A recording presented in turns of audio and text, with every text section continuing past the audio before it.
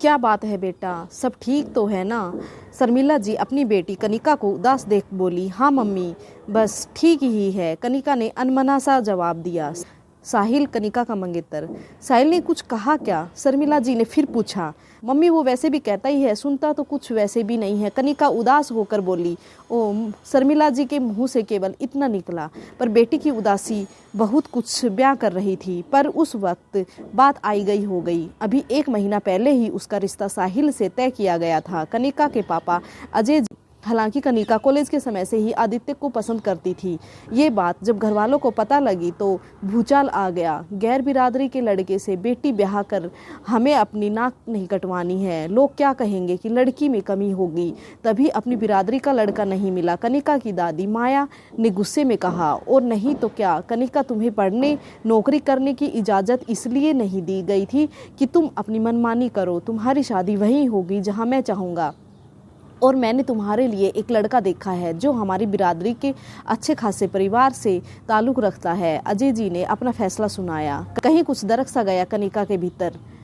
कनिका को बड़ा दुख सा हुआ। क्या एक लड़की को पढ़ने की नौकरी की इजाज़त देकर माँ बाप एहसान करते हैं?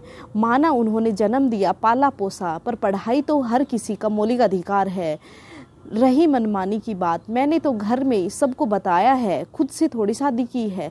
खैर शायद अपने प्यार की बलि दे, पापा का फैसला मानना ही होगा, क्योंकि आदित्य ने भी यही कहा था। अगर हमारे परिवार वाले ना माने तो हमें अपने रास्ते अलग करने होंगे, क्योंकि परिवार को रुसवा कर हम अपने प्यार की इमारत की नींव नहीं रखेंगे। और कनिका ने पापा के फैसले को मौन स्वीकृति दे दी। साहिल का परिवार आया और कनिका को पसंद करके चला गया। अब साहिल कभी फ़ोन पर बात करता, कभी कभी मिलने भी बुला लेता था। कभी कनिका मना करती तो साहिल का जवाब होता, मैं तुम्हारा होने वाला पति हूँ, तुम वही करोगी जो मैं कहूँगा।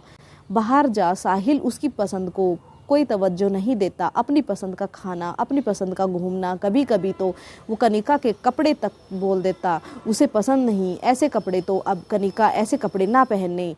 आज भी उसने कनिका को एक कैफ़े में बुलाया था। वहाँ कनिका का कॉलेज के दोस्त की टोली मिल गई तो हाय हेलो हो गई। पर ये साहिल को रास नहीं आया कि उसकी होने वाली बीवी किसी और लड़के के साथ हाथ मिलाए या बात करे। बस इसी बात पर उसने कनिका को काफ़ी कुछ सुना दिया था। कुछ दिन बाद, बेटा कल हम शादी की शॉपिंग करने चलेंगे, तुम सब कुछ अपनी पसंद का लेना, आखिर इस्तेमाल तो तुम्हें ही करना है। मैं वैसे भी अपनी बेटी की शादी में कोई कमी नहीं रखना चाहती, शर्मिला जी नाश्ते की टेबल पर बोली। मैं वैसे भी अपनी बेटी की शादी में कोई कमी नहीं रखना चाहती, शर्मिला जी नाश्ते की टेबल पर बोली। और नहीं तो क्या, सारे शहर को, हमारे रिश्तेदारों को और कनिका के ससुराल वालों को भी तो पता लगे कि हमारे लिए हमारी कनिका की पसंद कितनी मायने रखती है। माया देवी बोली, मम्मी जो आपको पसंद हो वही ले आना, मैं कौन सा जानती हूँ शादी के बाद क्या चीज़ कैसी चाहिए होती है। ये बोल कनिका अपने कमरे में चली गई। शर्मिला जी बेटी की उदासी कई दिन से भाप रही थी, पर उन्होंने यही सोचा शायद मायके से विदा होने का गम होगा, पर यहाँ बात कुछ और ही थी। क्या बात है कनिका, तुम इस शादी से खुश नहीं हो? काम से निपट कर शर्मिला जी ने अपनी बेटी के कमरे में आकर पूछा। ऐसा कुछ नहीं मम्मी, वैसे भी आप, पापा, दादी सब तो खुश हैं, कनिका बोली। पर बेटा तेरी खुशी भी तो मायने रखती है ना, मुझे बता क्या हुआ? शर्मिला जी अपनी बेटी को सर गोद में रखकर सहलाते हुए बोली, मम्मी लड़की की शादी में माँ बाप सब बेटी की पसंद का करते हैं, कपड़े गहने से लेकर डेकोरेशन तक में उसकी सलाह ली जाती है, यहाँ तक कि कार्ड भी उसकी पसंद का होता है ना। जवाब की जगह कनिका ने माँ से ही सवाल किया। बिल्कुल, आखिर शादी जिंदगी में एक बार होती है, तो हर माँ बाप सोचते हैं बेटी नए जीवन में जब प्रवेश करे तो सब उसकी पसंद का हो, जिससे वो खुश रहे। शर्मिला जी मुस्कुराकर बोली, पर मम्मी इन भौतिक चीज़ों से खुशी मिल जाती है जब जिसके साथ नए जीवन में प्रवेश कर रही वो दूल्हा ही अपनी पसंद का ना हो।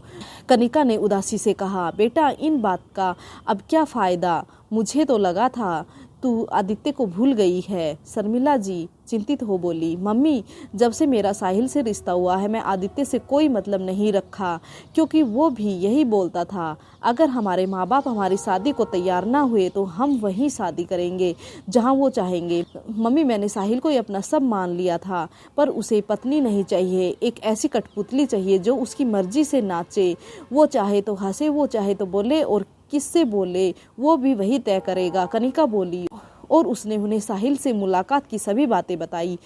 कैसे वो पहले दिन से कनिका पर अपना हक जताता है, कैसे किसी और से बोलने पर गुस्सा हो जाता है, यहाँ तक कि बाहर क्या खाना पीना वो भी साहिल ही तय करता है, यहाँ तक कि कपड़े भी वही बताता है, क्या पहनकर आना क्या नहीं।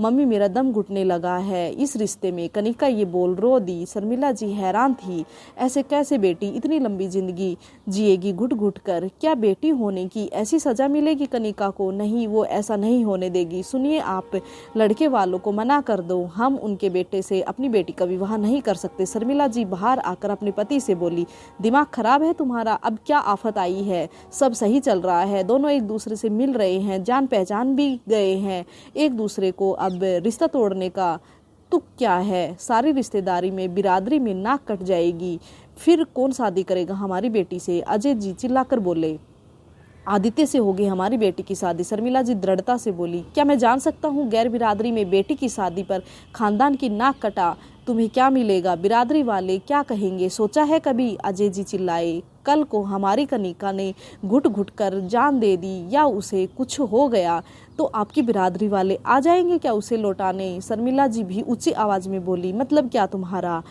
सब उसकी पसंद का कर रहा हूँ, फिर क्यों घुट घुट कर जिएगी वो? अजय जी बोले, हाँ सब उसकी पसंद का है, बस दूल्हा नहीं जिसके साथ सारी जिंदगी काटनी है उसे। ये बोल उन्होंने साहिल के बारे में सारी बात बताई। वहाँ माया देवी भी आ गई। अरे तो छोरा अपनी पसंद का चाहता भी है तो क्या गलत है? पति है वो उसका होने वाला। माया देवी बोली, माँ जी पति है मालिक नहीं कि मेरी बेटी सांस भी उसकी पसंद से ले। उस लड़के ने मेरी बेटी को अपनी प्रॉपर्टी समझ लिया, जब मन करे उसे बुला ले, जब मन करे उसे कुछ भी सुना दे, वो जिससे चाहे उससे मेरी बेटी बात करे और वो जो चाहे वही कनिका पहने। शादी से पहले ये हाल है, सोचो बाद में क्या होगा। उसने हमारे लिए अपने प्यार की कुर्बानी तक दे दी और बदले में उसे क्या दे रहे हैं हम? एक घुटन भरी जिंदगी। क्या पता कल को कनिका ना जी पाए ऐसे लड़के के साथ। मैं अपनी बेटी को कफन में देखने की जगह बिरादरी की रुसवाई पसंद करूंगी। शर्मिला नम आंखों से बोली।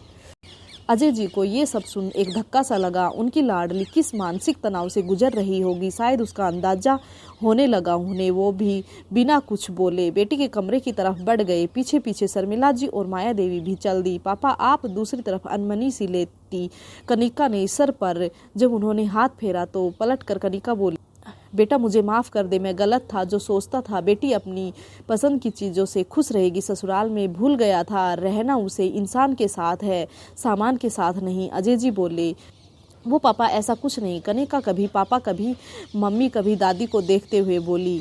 तभी साहिल का फ़ोन आया। अजय जी ने फ़ोन स्पीकर पर कर दिया। हेलो कनिका, 5 मिनट में तैयार हो जाओ, मैं लेने आ रहा हूँ, तुमसे बात करनी है। और हाँ तमीज़ के कपड़े पहन कर आना जरा। साहिल बोला। साहिल मैं अभी नहीं आ सकती, तुम मुझे मना कर रही हो अपने होने वाले पति को? तुम्हारी इतनी हिम्मत, चुपचाप जो कहा वो करो, समझी? मैंने पूछा नहीं बताया है तुम्हें। और हाँ सूट पहनकर आना, ऐसा ना हो जींस टॉप पहनकर अपना एक्सपोज करो। और हाँ 5 मिनट मतलब 5 मिनट, समझी? साहिल चिल्लाते हुए बोला। सुनो अभी पति बने नहीं हो तब इतनी अकड़ बनकर क्या करो? कनिका नहीं आएगी, ना ही उसे शादी करनी है अब तुमसे, समझे तुम? ये बोल अजय जी ने फ़ोन काट दिया। पापा? कनिका हैरानी से पापा को देखते हुए बस इतना ही बोली। उसकी आंखों में अजय का डर था जिसे देख अजय जी तड़प। हाँ बेटा, अब तेरी शादी में सब चीज़ों के साथ दूल्हा भी तेरी पसंद का ही होगा। मैं गलत था जो बिरादरी की चिंता में अपनी बेटी की खुशी को नज़रअंदाज कर रहा था। भूल गया था कि मेरी बेटी ने मेरी गोद में आकर मुझे पिता का दर्जा दिया था। उसने पहला कदम मेरी उंगली पकड़कर बढ़ाया था। उसकी हर सफलता में मैं उसके साथ था, बिरादरी नहीं। आज ही मैं साहिल के यहाँ जाकर रिश्ता तोड़ आता हूँ, साथ ही उनकी दी हुई चीज़ भी वापस कराऊंगा। तुम मेरी आदित्य से बात करवाना, मैं उसके माता पिता से मिलना चाहूँगा। पहले अजय जी बेटी के सर पर हाथ रखकर बोले। कनिका रोते हुए पापा के गले लग गई। दोस्तों, अपने बच्चे सिर्फ आपके हैं, बिरादरी के नहीं। उनके पैदा होने से लेकर उनके हर सपने को पूरा करने में आप उनके साथ थे, बिरादरी नहीं। इसलिए उन्हें समझिए, ज़रूरी नहीं कि उनकी पसंद हर बार गलत ही हो। अगर वो आपका मान रखते हुए अपनी खुशियां भूल रहे हैं तो ये आपका फ़र्ज़ है कि आप उनके लिए सही फैसला लें। तो आपको यह स्टोरी कैसी लगी कमेंट बॉक्स में कमेंट जरूर कीजिएगा। इसी तरह की वीडियो के लिए प्लीज़ चैनल को सब्सक्राइब कर लीजिएगा। वीडियो पसंद आई है तो लाइक ज़रूर कीजिएगा। Okay, thank you friends.